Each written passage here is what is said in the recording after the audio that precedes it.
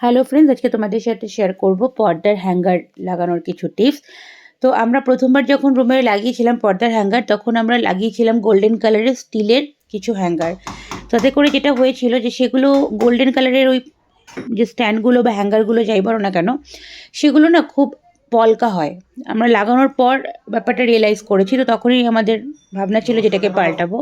কিছু বছর সেটা দিয়ে চালানোর পর আমরা এটাকে আবার চেঞ্জ করলাম। এবার আমরা কাঠের হ্যাঙ্গারগুলোকে লাগিয়েছি।